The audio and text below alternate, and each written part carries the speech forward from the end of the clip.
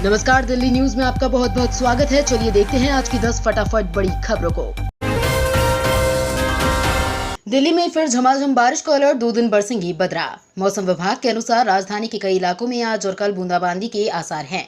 दिल्ली के ज्यादातर हिस्सों में सोमवार की सुबह से ही बादल छाए रहे। एक दिन पहले हुई अच्छी बरसात के चलते वातावरण में खासी नमी रही। इस कारण से सुबह के समय मौसम में हल्की धुंध भी छाई रही। दिन के ज्यादातर हिस्से में बादलों की मौजूदगी बनी रही, जबकि सफदरजंग, पालम, लोधी रोड और आया नगर जैसे कई मौसम केंद्रों में बूंदाबांदी दर्ज की गई है। सर्दियों में प्रदूषण कम करने के लिए कृत्रिम बारिश का उपाय कर रही दिल्ली सरकार सर्दियों के दौरान राष्ट्रीय राजधानी में वायु प्रदूषण को कम करने के लिए कृत्रिम बारिश कराने के लिए क्लाउड सीडिंग तकनीक के इस्तेमाल पर विचार कर रही है। दिल्ली सरकार में पर्यावरण मंत्री गोपाल राय ने मंगलवार को ये जानकारी दी। उन्होंने कहा कि दिल्ली सरकार शहर के प्रत्येक वायु प्रदूषण हॉटस्पॉट के लिए एक अलग कार्य योजना तैयार कर रही है। G20 का सफल आयोजन से दिल्ली पुलिस कर्मियों को मिलेगी दावत और 2 दिन की छुट्टी। बेहतर सुरक्षा प्रबंधन के कारण G20 शिखर सम्मेलन सफलतापूर्वक संपन्न हो जाने पर पुलिस आयुक्त संजय अरोड़ा गदगद हैं। देश में हुए अब तक के सबसे बड़े आयोजन को सफल बनाने में अपना अहम योगदान देकर दिल्ली पुलिस ने लोगों का दिल जीत लिया है।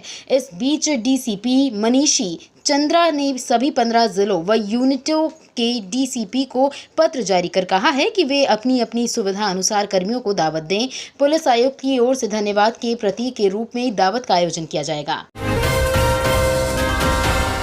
बदलेगी राजधानी की तस्वीर, आतिशी बोली, अब G20 की तर्ज पर चमकेगी पूरी दिल्ली।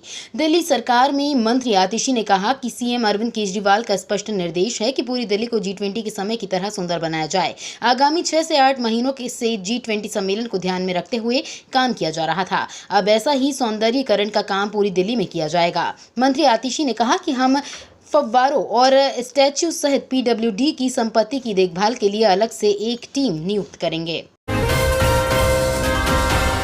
आतंकी गुरपतवंत सिंह पन्नू ने मांगी दिल्ली पुलिस के कनाडा वाले रिश्तेदारों की डिटेल। आतंकी गुरपतवंत सिंह पन्नू की हरकतों को दिल्ली पुलिस स्पेशल सेल ने बेहद गंभीरता के साथ लिया है। हाल ही में दिल्ली के कई मेट्रो स्टेशनों पर खालिस्तान समर्थक नारे लिखने वाले 2 आरोपियों को जब पंजाब से स्पेशल सेल ने गिरफ्तार किया तो पन्नू ने दिल्ली पुलिस स्पेशल के अधिकारियों को धमकी दे डाली। पन्नू ने ऐलान किया कि जो कोई भी दिल्ली पुलिस स्पेशल के अधिकारियों की इटली, यूके, कनाडा में रहने वाले रिश्तेदारों को डिटेल्स देगा, उसको 1 लाख रुपए का इनाम दिया जाएगा। भारत ने कुछ चीनी स्टील पर 5 साल के लिए लगाया एंटी डंपिंग शुल्क।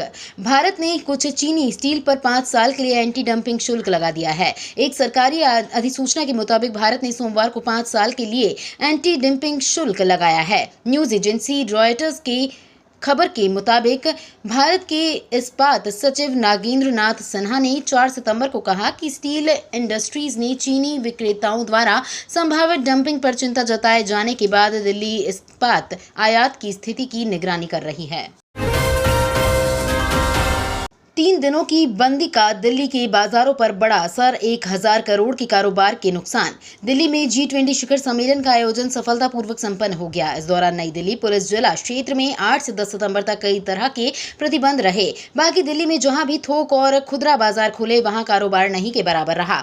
Chamber of trade and industry के अनुसार इस दौरान करीब 1000 करोड़ रुपए के बिजनेस को नुकसान पहुंचने की अनुमान है।